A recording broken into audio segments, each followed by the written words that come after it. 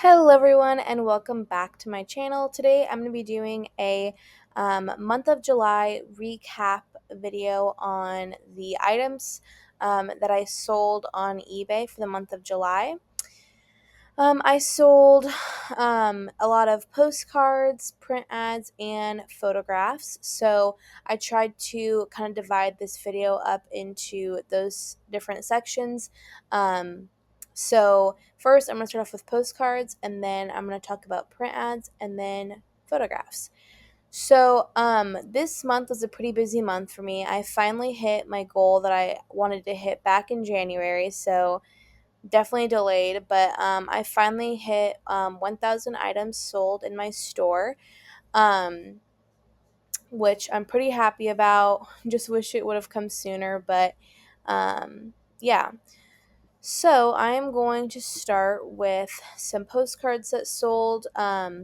This is the first one. It is a greetings from postcard from Sullivan, Missouri. It's a pennant flag greetings, and I always like buying and selling these. I feel like they're just neat. They usually have neat graphics on them, and I think that the pennant flag is just kind of a nice collector's item. And this one sold for $9.97, and I had it for almost over a little bit over a year. I bought this at the postcard show last June. This is a St. Joseph, Michigan postcard from I think like the 1910s or 20s, and it is people sliding down this kind of sketchy looking slide, like out on a dock or something like that. Um, and this one sold for $14.97. This is a Maine postcard, and I don't sell too many Maine postcards, but it's from Cupseptic Falls in the Wrangley Lakes region in Maine. It's of a man who is fishing, and it sold for $14.97. I don't sell too many like holiday or postcards that are Valentine's, Christmas, stuff like that.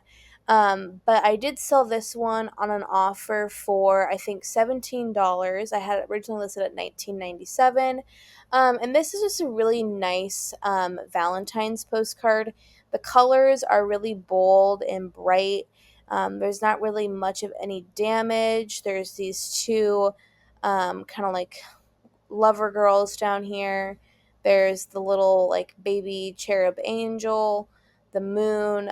There's a lot going for it. And this sold on an offer for 17. This is a postcard from 1968, and it's of a view of Lake Irma in Lakeland, Georgia. Another kind of like little pier here, a little diving board that they have. And this sold fairly quickly for $19.97. This is a Florida postcard, and I really like collecting these old Florida towns. They seem to sell pretty well. This one is from 1914, and it is the Church of Christ Church in Eustis, Florida. And it is from 1914. This is a really interesting card. I bought this at an antique show, or not an antique show, an antique store, and the person that um, had a box of postcards at the antique mall. The whole box was pretty much like either politicians or these old submarine, steamship, anything like naval related. And I really like this postcard because the back of it, it talks about how this was the propeller of the submarine that sunk in Sydney Harbor in 1942. And so I thought that that was really neat. And it's kind of just, it does have some damage on it. And it's like not the neatest scene, but this postcard sold overnight for $19.97. This postcard I bought for $1 at an antique mall, I believe, or maybe $2, it looks like up here. But this is a postal card from 1914 of the St. Louis Iron Mountain and Southern Railway Company. I always try to buy these kind of like railroad postal cards when I see them out in the wild because they tend to do pretty well for me. This one I've had for quite some time. I had it listed at $40 and I accepted an offer of $25 on it recently, just because I've had it for quite some time. But I used this Knob Lick, Missouri in my just in my title because it was stamped from Knob Lick, Missouri. I think that helped sell it.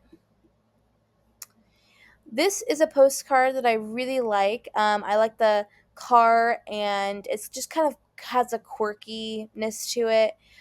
It is from Fremont, Nebraska, and it's an advertising postcard from Herzig Manufacturing Company, and their Alumilite like camper cars. And I had this one listed for $29.97, and I sold it for $21, I think, on an offer. And I actually bought this card for $1 at one of the recent St. Louis Postcard Club meetings, and or it's actually called the Gateway Postcard Club meeting. But I just thought this would be a good reminder that, if you are in the area of St. Louis or Missouri or you're in Illinois, the Gateway Postcard Club is a really good opportunity to buy, sell, trade postcards. It's a really good community. And if you don't live in the area, I know that there is a lot of postcard clubs like it across the country. So it's a good idea to join them. I really like the Gateway Postcard Club. There's a show coming up in August, I believe, late August, in Caseyville, Illinois. But anyway, that's just a little plug and reminder to join your local postcard club. This is a RPPC postcard from Saudersburg, Pennsylvania. It is a undivided pre-1917 back, and this one sold. This was one of the first RPPCs I ever listed, and it just sold for full asking price of $19.97. This is a really nice Tux postcard, and I bought this for $1 from the same antique dealer that I bought the other propeller postcard from. I bought it for $1, and again, this one sold overnight for $19.97. And it is from Narragansett. I'm not going to pronounce that right. Pier in Rhode Island, and it just shows an old sailboat. And yeah, that one sold fairly quickly. This is a view of the casino in Wiquitonsing, Michigan. Again, I'm not going to say it right, but it's from the 1910s, and it sold for full asking price of $29.97. Okay, so that ends all my postcards that I thought were worth showing and were kind of interesting. And this doesn't really fit into any of my other categories, but I sold this Rose Bowl college football ticket stub from 1964, and I sold it for $19.97. I've had it listed for quite some time, but I got this in a kind of like scrapbook that really didn't have like anything that amazing in it, but they did have a few of these ticket stubs in it. So I took them out and listed them, and one finally sold. And the buyer actually messaged me saying that his father had played for the band for this game, and he was from Illinois. He went to the Illinois State, university or college. So he was buying this because his dad played there. I thought that that was really neat. So yeah, that one sold for 1997. Okay, so I recently got into selling print ads. I again, don't know too much about them, but I've been learning, and I really do like having different types of things for sale in my eBay store because it allows for some diversity, and also it kind of is, it helps to have different things to list so that I don't, just get into a rut with stuff, or, get, not that I get bored of postcards, but it just helps having some new things and new types of things to list in my store. So these are some print ads I sold. This I sourced from a 1973 Times magazine, and it is about the stock market. And what I did is I use it's showing the stockbroker, and he lives in Clarksville, Mississippi. And it just talks about how he's doing well because of the stock market. Um, and he went to the University of Mississippi and all that. So I listed this for 1997 with the Clarksville, Mississippi in my title because I saw that Clarksville, Mississippi was a pretty collectible town for postcards and ephemera. So I listed it for 1997, and it sold fairly quickly for full asking price. This is a 1933 print ad from, again, Time Magazine, and it is of the Majestic Radio, specifically the Riviera model. And this one also sold fairly quickly for full asking price of 1997. Okay, so I sold two of these Trexton ads, and actually, this is a was pretty interesting as well because um, the buyer currently works at Trexton, and it was going back to the company, which I think is pretty interesting. And I'm happy that they're ending up back where they started, really. But this was an ad for, I'm really not sure, but a CATV type cable. And I don't really, I just kind of pulled some keywords that I saw from the ad, but I don't really know what, a lot of that truly means. And I sold it for $9.97, full asking price fairly quickly. And then once I found, the buyer really was collecting Trexton, I found another print ad that I had, and I listed this one for $15 because this one talks about the energy crisis.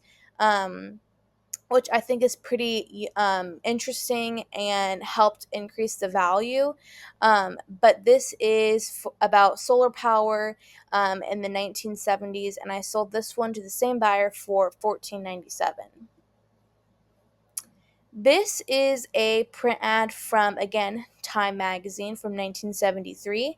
It is from the Great Northern Paper Company, about newspaper advertising, and it sold for $9.97.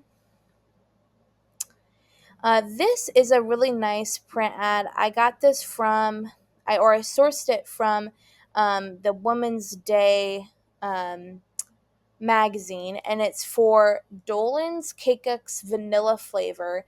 But I think what sold this was they talk about victory gardens, which were very popular during World War II.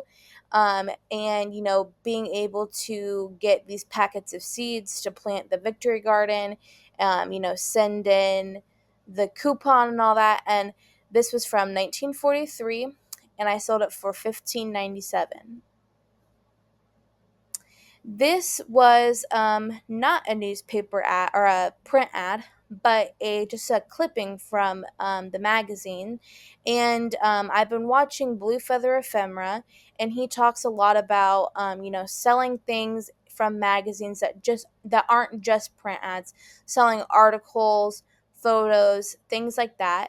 And this was a really interesting photo. It was a little bit smaller. It was about 5 by 5.5 inches, about this shipyard fire that happened in Philadelphia in May of 1941, and it sold very quick for $14.97. Okay, so that ends my print ads that I thought I would show you guys.